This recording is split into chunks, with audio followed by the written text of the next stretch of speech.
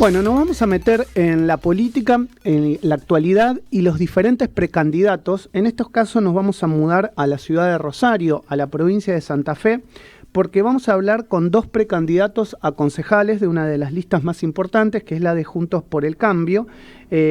Por un lado, Eugenio Malaponte, que es precandidato, como te digo, a concejal de la ciudad, es abogado rosarino, radical, y también con Antonella Oliveto, que integran la misma lista y que me están escuchando ambos dos vía Skype. Hola chicos, hola Eugenio, hola Antonella, buen día, ¿cómo les va?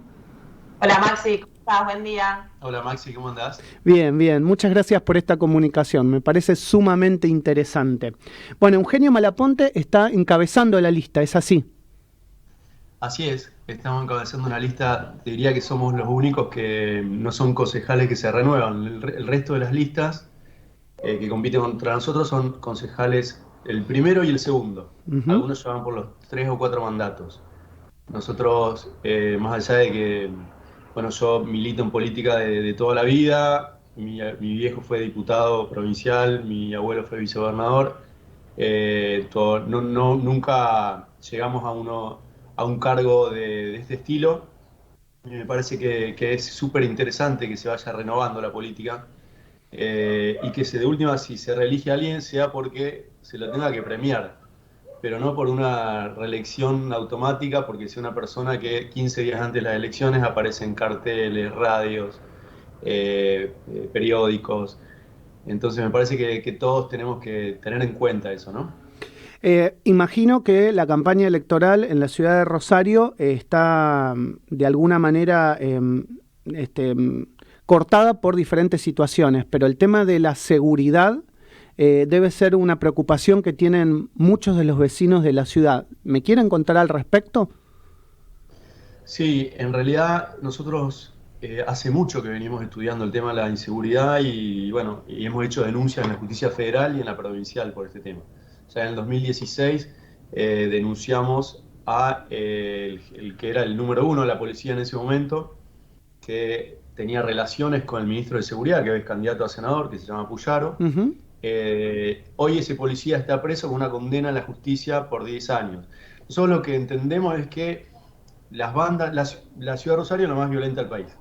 Y esto tiene una explicación. Nadie habla de esta explicación, pero esto es así.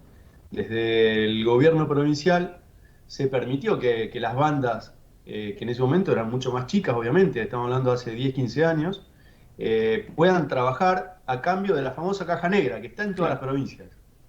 Esa caja negra, en ese momento el narcotráfico estaba en un proceso de expansión, fue creciendo, se fue recolectando muchísima plata para la política, para las campañas políticas. Acá en Santa Fe y especialmente en Rosario es carísimo hacer una campaña política. Eso fue permitiendo que las bandas, al tener libertad, fueran creciendo. O sea, una banda del barrio Las Flores, que es un barrio muy pobre de acá de Rosario, se transformó en una banda con alcance nacional e internacional, que son los Monos, por ejemplo. Uh-huh. Claro, si del Estado se les permite crecer, van a tener conexiones internacionales, van a tener armas, van a tener logística. Y en cierto momento ese crecimiento de las bandas, en el año 2013, se desbandó, porque se empezaron a pelear entre ellas. Y entonces hasta el día de hoy aparecen muertos tirados todos los días en la calle de Rosario. Uh-huh. En esto tiene responsabilidad el gobierno del Frente Progresista. Y hay un montón de indicios, nosotros somos abogados, sabemos que tenemos que tener cuidado con lo que decimos, pero hay un montón de indicios que vinculan a el gobierno y los gobernadores específicamente, principalmente al ex gobernador Bonfatti, con cuestiones raras referidas al narcotráfico que han pasado en los últimos años. A partir de ahí, sí. Recuérdenme si no estoy en lo Por ejemplo, cierto, tal vez un caso para muy la audiencia un concreto, poco Maxi. nacional, le habían baleado en su momento la casa al exgobernador, ¿no? Que algunos decían que podía llegar a haber un ajuste de cuenta en el medio. Sí, ese fue el caso más conocido nacionalmente y después hubo otro caso en el que la persona que supuestamente manda a balear la casa del gobernador al mes, 2 meses, aparece salvajemente asesinado junto a su novia y extrañamente el secretario del gobernador se mete en la escena del crimen le sustrae la computadora, la famosa Mac de Medina, no sé si Ujú. ustedes recordarán. Sí, sí. A esa computadora está comprobado que se metieron, tuvieron la suerte incluso de que una Mac es muy difícil de abrir, pero le metieron la clave que era Luis al revés y pudieron entrar en la computadora Horas posteriores, ¿no? Claro, A eso. horas, en claro. cuestión de Tan horas. solo horas. Y bueno, se borraron datos, se cambiaron claves, etcétera. Y fue el secretario privado del gobernador, que ni siquiera se generó nunca una investigación sobre ese tema, salvo la legislatura, que en ese momento la legislatura provincial estaba en manos del peronismo. Se hizo un informe muy gráfico, el informe Acuña, de todo este tema. Pero acá la responsabilidad del Frente Progresista es clarísima. El Frente Progresista sigue gobernando la ciudad de Rosario después de 32 años. Y hoy la explicación que da el intendente es que la cuestión de la seguridad es una cuestión que le atañe a la provincia, que no es responsabilidad de él. Y esto nosotros fuertemente decimos que es una falsedad. Ujú. Eh, ¿Por qué? Me gustaría preguntarles, entiendo la explicación, y tal vez para algún desprevenido que no conoce demasiado la interna en la provincia, el actual intendente está dentro del Frente Cívico y Social, del denominado Frente Cívico y Social, más allá de que no pertenece a lo que era el Partido Socialista puro, ¿verdad? Si es así, en realidad el Frente es una conjunción de varios partidos. Incluso el radicalismo, que es mi partido, también tiene su pie ahí y extrañamente también tiene su pie en Juntos por el Cambio, con lo Ujú. cual el Partido Radical, desgraciadamente para nosotros, se ha desdibujado totalmente, porque es un partido que está en la oposición y en el gobierno, nunca Sí. visto. Pero bueno, son estos, nosotros le llamamos la política sociedad anónima. Son estos dirigentes que se apropian de los partidos políticos. Se ha generado un quiebre entre los partidos políticos en la política y la sociedad, y no hay representatividad. Ujú. Entonces, esta gente hace con los partidos lo que les conviene. Va para un lado, para el otro, y en este caso van para los dos lados.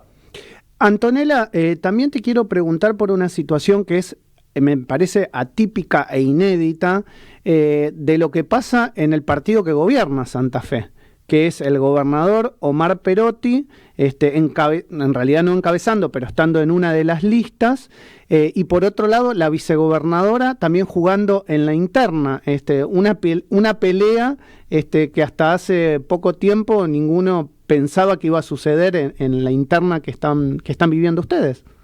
Sí, sí, la verdad es que nos asombró a todos los que transitamos de alguna forma la vida política de las próximas elecciones.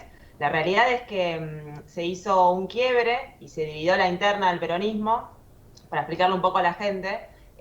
Acá en Santa Fe, hoy en día hay un senador provincial que es Lewandowski, era un periodista muy reconocido de la ciudad.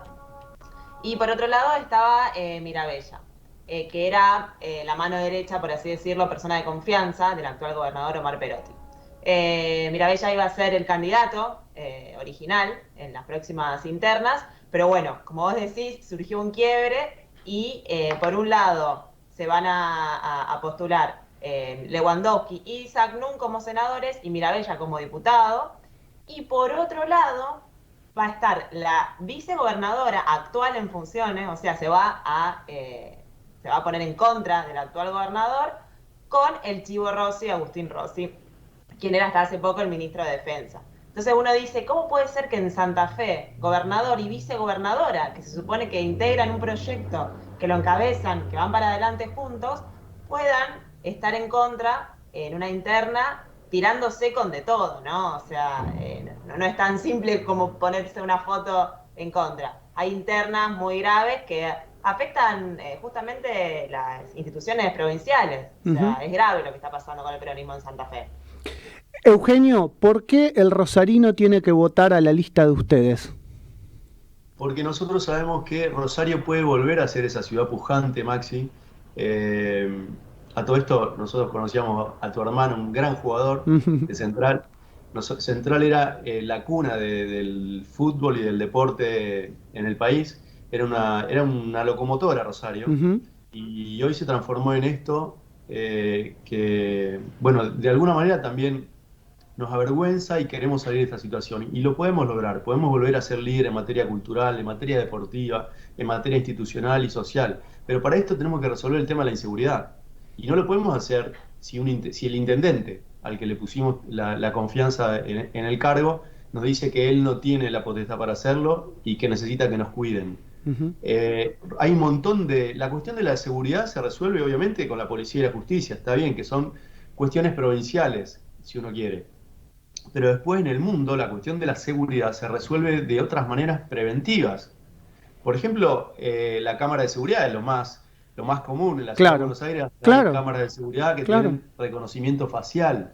Nosotros acá no tenemos cámara de seguridad, no tenemos un control, no tenemos estadísticas del delito. Es increíble. En Rosario se hizo una investigación sobre el porcentaje del presupuesto que se destina a las cámaras, o sea, a la seguridad y en definitiva a invertir en cámaras, y es, ¿cuánto? Menos del... Nada, 5%, o sea, es muy poco. Sí, lo mismo si estamos hablando con los anillos digitales, ¿no? Respecto a los autos, a la toma de las patentes, digamos, eso sería algo, pero un monitoreo que debería hacerse en el momento. Estamos a años luz de todas estas cuestiones que son formas de resolver la inseguridad, pero que obviamente se necesitan recursos para hacerlo. Claro, totalmente. No se va a poder hacer por intención de alguien. A ver, intervenciones en los barrios. Rosario es una ciudad violenta. Los chicos crecen en un ámbito violento, sea de la clase social que sea.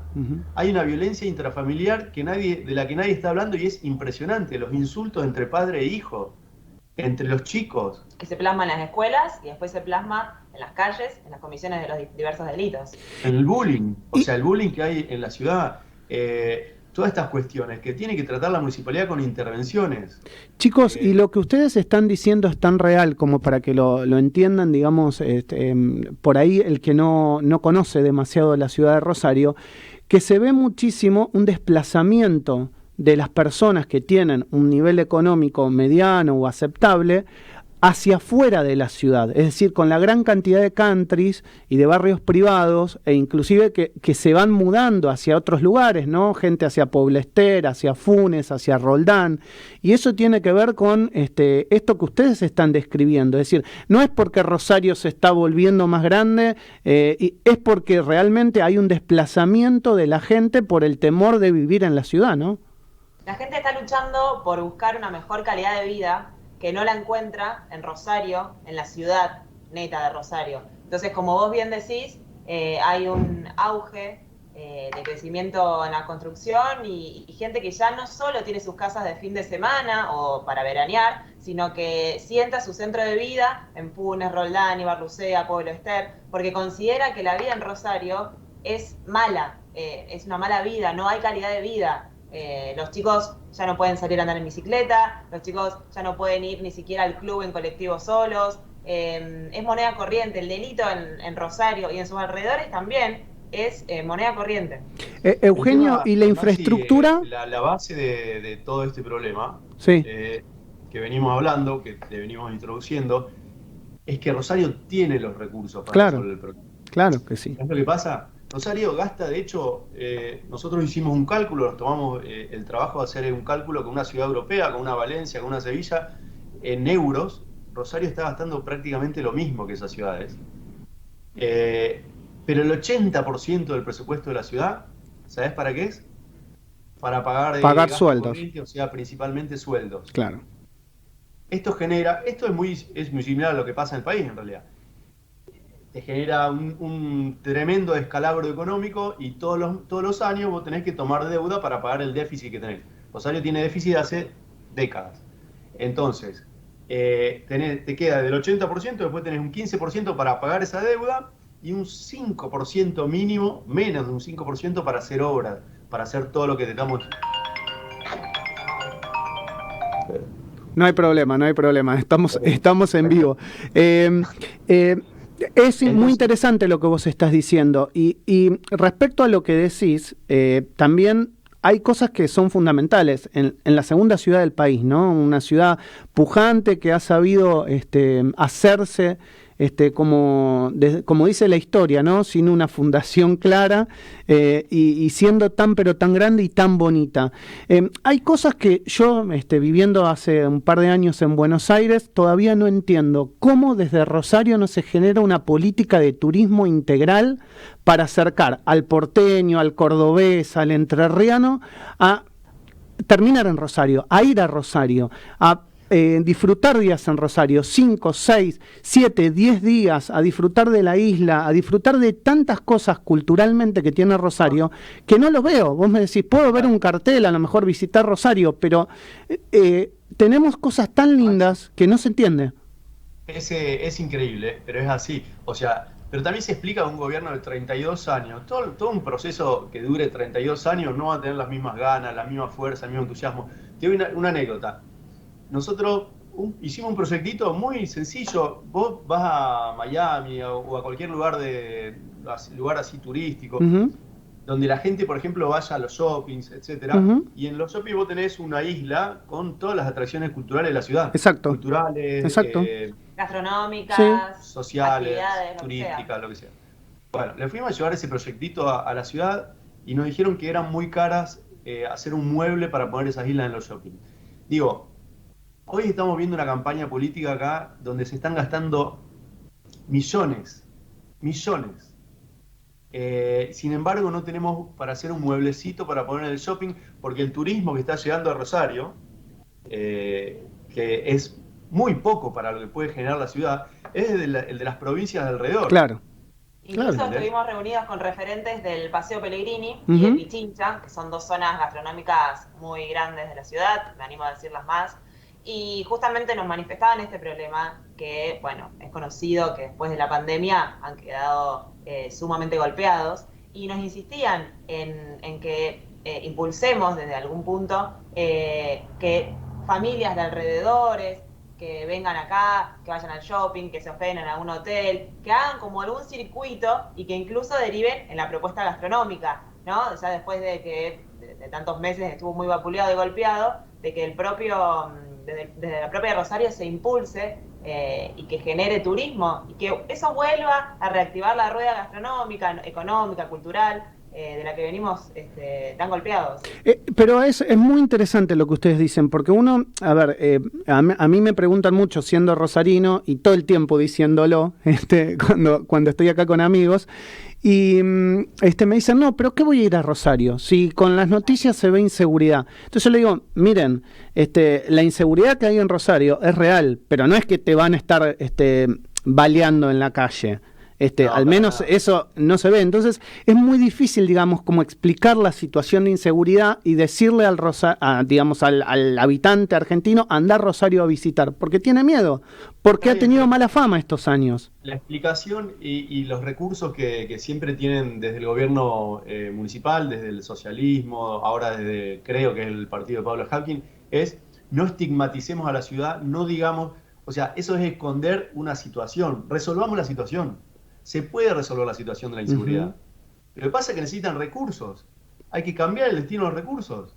Nosotros propusimos que no se contrate más gente durante 3 años y de esa forma entendemos o calculamos que se puede reducir un 30% en 3 años el plantel municipal. Eso es muchísima plata que se puede destinar a todas estas cosas. La intendenta anterior a Hapkin dejó un 30% más de empleados.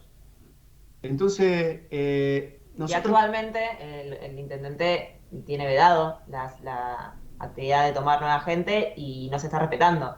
O sea, la planta municipal crece y crece y es el famoso viven todos a costa del Estado, lo que no queremos. Se entiende.